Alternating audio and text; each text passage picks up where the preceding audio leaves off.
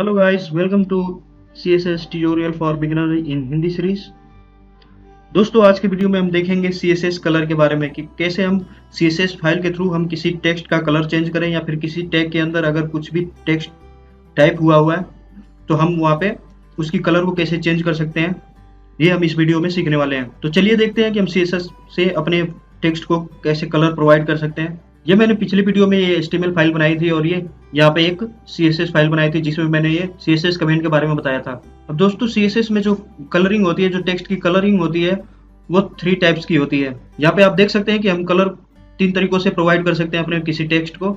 या तो हम कलर को डायरेक्ट उसके नेम से हम प्रोवाइड कर सकते हैं, जैसे कि वैलिड कलर नेम हम लिख के वहाँ पे कलर इक्वल टू ग्रीन कर सकते हैं। या फिर हम RGB वैल्यू यानी कि रेड ग्रीन ब्लू वैल्यू हम दे सकते हैं।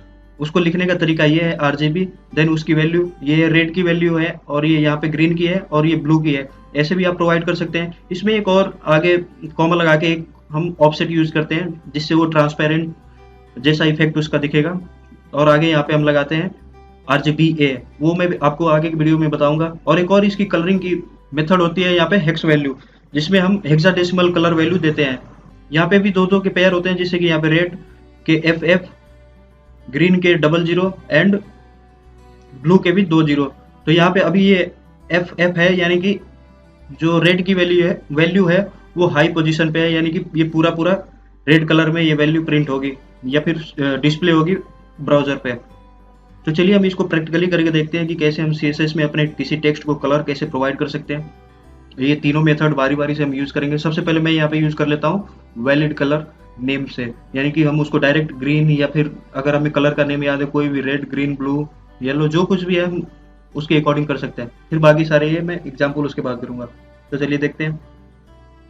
तो यहाँ पे मैं थोड़ा सा इसकी टेक्स्ट की साइज को पहले मैं इंक्रीज कर देता हूँ 50 पिक्सल, और यहाँ पे ये मैं बैकग्राउंड कलर रिमूव कर देता हूँ जिससे आपको इजिली समझने में आसानी होगी।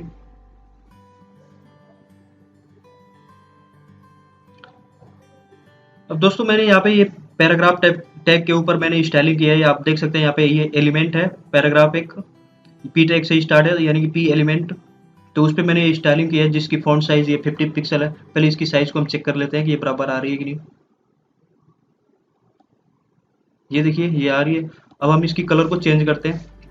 कर्ली ब्रेसेस के अंदर ही हम यहाँ पे लिखते हैं कलर, एंड देन हम डायरेक्ट उसका नेम देना चाहते हैं यानी कि वैलिड कलर नेम के थ्रू, तो यहाँ पे हम दे देते हैं रेड।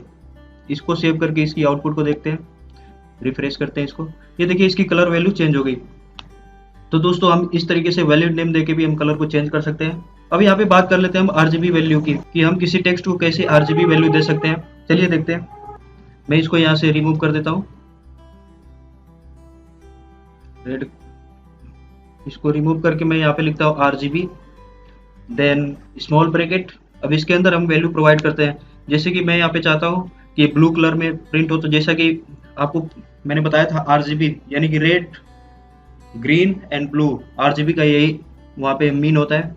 तो हमें ब्लू कलर में चाहिए तो यहाँ पे 3 वैल्यू होती है। तो जो पहली होगी उसको हम 0 कर देंगे, यानी कि रेड की वैल्यू 0, देन ग्रीन की वैल्यू 0, एंड यहाँ पे 255 मैक्सिमम होती है। तो हम ब्लू की वैल्यू को 255 दे दिए, जिससे हमें कलर जो है वो ब्लू में शो होगा। इसको सेव करके इसकी आउटपुट को हम देखते हैं। ये देखिए ब्लू कलर में हो गया। तो आप इस तरीके से कलर को RGB वैल्यू दे सकते हैं। आप चाहें तो यहाँ पे फिर 255 यहाँ पे कर दीजिए, तो ये इसकी वैल्यू ग्रीन हो जानी है। इसको अगर आप 0 कर देंगे तो ये ग्रीन कलर में प्रिंट होगा।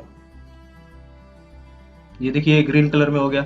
ऐसे करके आप इधर भी दे सकते हैं, या सबको 255 कर दे मैक्सिमम वैल्यू, या जितना भी चाहे 0 to 255 के बीच में हम जो भी वैल्यू यूज करना चाहें यूज कर सकते हैं। अब ये देखिए मैंने 2 को किया है तो ये कलर आ गया। अब हम देखते हैं कि हेक्स वैल्यू कैसे हम किसी टेक्स्ट को हेक्स वैल्यू प्रोवाइड कर सकते हैं।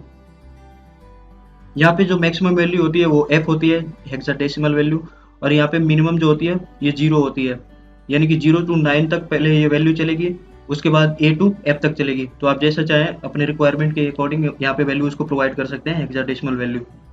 तो चलिए देखते हैं इसकी भी प्रैक्टिकल। इसको मैं रिमूव कर देता हूँ यहाँ से कलर को। अब इसको हेक्स वैल्यू देते हैं। तो सबसे पहले मैं यहाँ पे स्टार्टिंग में लगाना होता है हमें हैश, ये एक प्रॉपर सिंटेक्स होता है हेक्साडेसिमल वैल्यू लिखने के लिए, तो आप इस चीज़ का ध्यान रखें।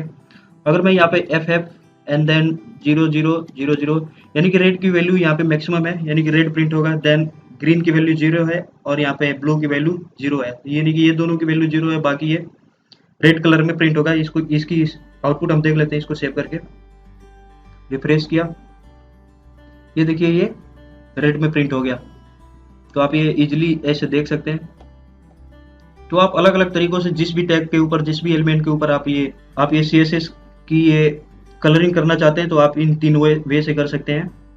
डायरेक्ट उसका कलर नेम देके, या फिर उसकी हेक्स वैल्यू, या फिर उसको RGB वैल्यू देके उसकी कलरिंग हम कर सकते हैं।